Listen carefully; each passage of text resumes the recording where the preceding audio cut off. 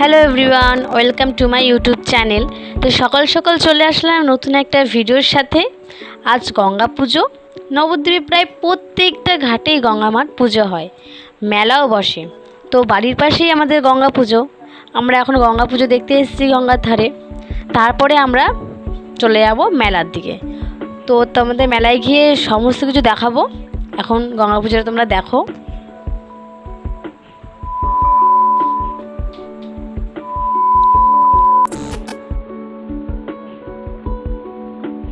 তো আমরা চলে এসেছি গঙ্গা পুজোর মেলায়। আমাদের এই গঙ্গা পুজোর মেলায় একটা জিনিস বিশেষ আছে, সেটা হচ্ছে মাটির পুতুল। মাটির যে কত রকমের পুতুল আছে সেটা আমি তোমাদেরকে এই ভিডিওতে দেখাবো, তোমরা দেখে অবাক হবে। তো নবদ্বীপে যেহেতু শ্রী চৈতন্যদেব তো থাকবেই, তার সাথে অনেক অনেক রকমের সুন্দর সুন্দর মানুষের যে এত প্রতিভা, তোমরা এই ভিডিওটা না দেখলে বুঝতেই পারবে না। তোমাদেরকে আমি মেলাটা দেখাচ্ছি, তার সাথে কিছু গল্প করবো তোমাদের সাথে। তো ভিডিওটা পুরো দেখো, আশা করি খুব ভালো লাগবে। তো তোমাদের একটা প্রশ্ন করি আমি, যে সব পুজোয়, সমস্ত দেবদেবী পুজোতেই কিন্তু গঙ্গা জল লাগে।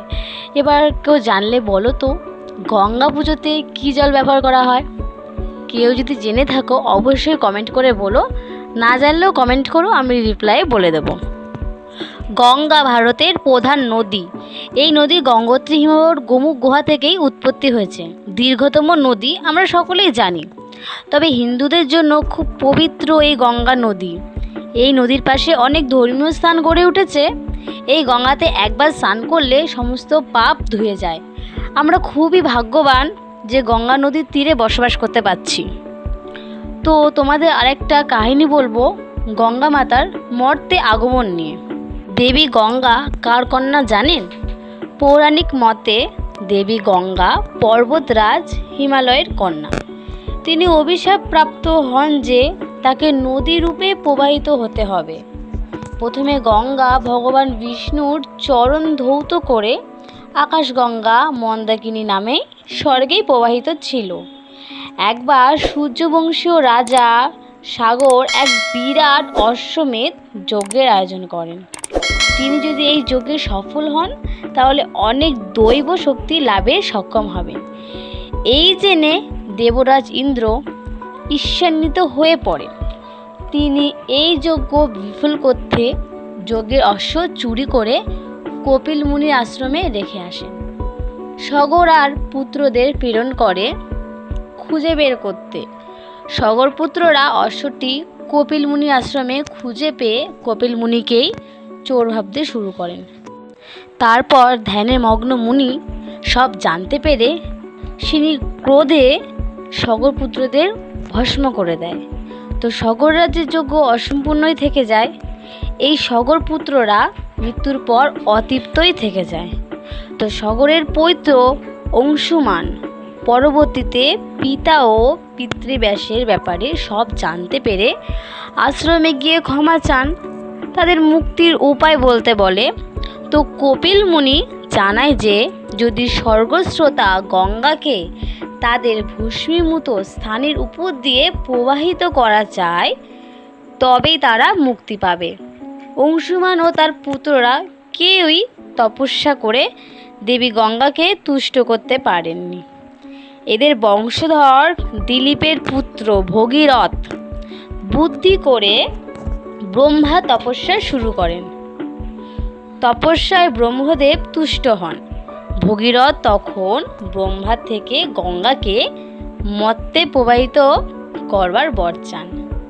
ব্রহ্মা গঙ্গাকে আদেশ দেন মর্তে প্রবাহিত হতে, কিন্তু গঙ্গা জানান তিনি সৃষ্টি প্লাবিত করেই পৃথিবীতে নামবেন।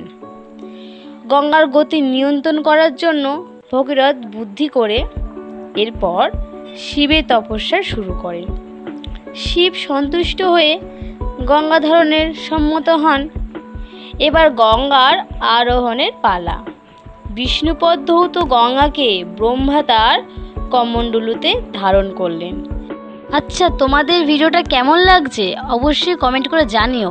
আর এই গল্পটা শুনতেই কেমন লাগছে সেটাও তোমরা সকলেই কমেন্ট করে জানিও। তো তারপর শুরু করা যাক। কৈলাসে শিব গঙ্গাকে তার জটায় বেঁধে ফেলেন। তারপর তিনি একে একে জটা ছেড়ে ছেড়ে গঙ্গাকেও বিভিন্ন শাখায় মুক্ত করেন। গঙ্গার একটি ভাগকে ভগীরথের পশ্চাৎ ধাবনের নির্দেশ দেওয়া হয়। সেই অংশটি ভগীরথের পিছনে পিছনে অগ্রসর হতে থাকে। এই ধারায় কপিলের আশ্রমের সম্মুখে ভগবতী নামেই প্রবাহিত হয়ে সগরের পুত্রদের মুক্তিদান করে। তো ভগীরথ এই গঙ্গা অনয়ন করেছিলেন বলেই গঙ্গার অপর নাম ভাগীরথী।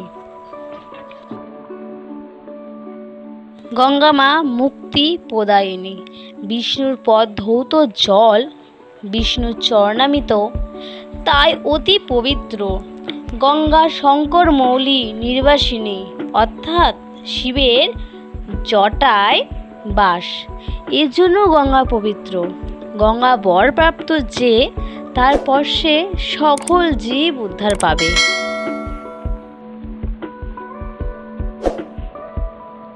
তোমরা সকলে কোন জায়গা থেকে ভিডিওটা দেখছো সেটা অবশ্যই কমেন্ট করে বলো।